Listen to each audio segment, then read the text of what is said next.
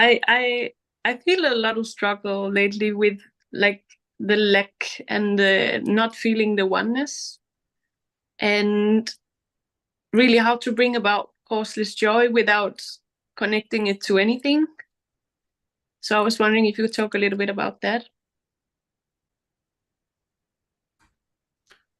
This sense of lack is both in the mind and in the body. It is an obstacle, of course, to happiness. And here is what happens. Okay, here is happiness. Here is a sense of lack. And here is where we are. We don't want to confront the sense of lack.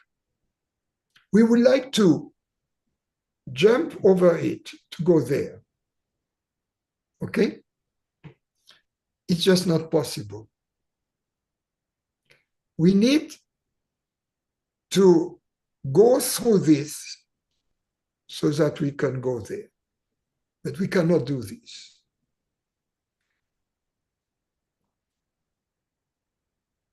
So what does it mean to face it?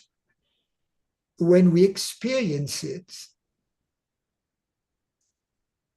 it has its power, the sense of lack has over us, is only because it remains in the twilight. It remains in the twilight, and somehow it seems frightening, and we don't want to come close,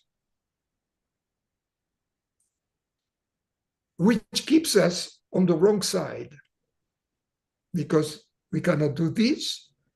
When we come here, and then we do this. So it requires courage. And as we come closer to it, then we begin to see with more clarity this sense of lack. We can see it's like a tree, if you will. It has branches, a superstructure, and it has roots. The branches are thoughts, concepts of being separate, habits. And the roots are feelings, but they are really in the body. They are bodily sensations. So it's this frightening tree. And at any moment, we are on some branch or limb on the tree or on some roots. And we move from one to another constantly, from feeling to thought, thought to feeling, etc. Constantly we oscillate. As we come closer to this tree, which hides the truth, which is the obstacle, instead of oscillating at a distance, we get closer to the trunk, to the single trunk. What is frightening is this full mass of things. The trunk itself, when we get there, is not much. It's no big deal. You see, that it's like they say, if you're hiking in the woods in California and or in the mountains, if a mountain lion comes to you, you have to make yourself big, not to be attacked. And the fact that you are making yourself bigger, in fact, doesn't increase the threat to the mountain lion, right? But the mountain lion believes you are big. So the bigger the tree, right? Yeah. The more formidable the obstacle seems to be. And what we have to understand is that as we come closer to the tree and move against our fear to observe the tree is going to shrink. Because the tree is our own creation. Yeah. You see, that's all I can tell you.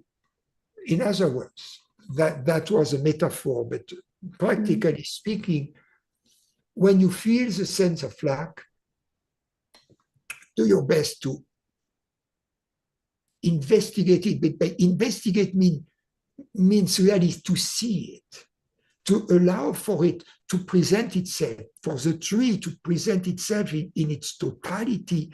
And unlike the tree, in fact, it's not a picture, it's a video. It's something that moves, that changes all the time.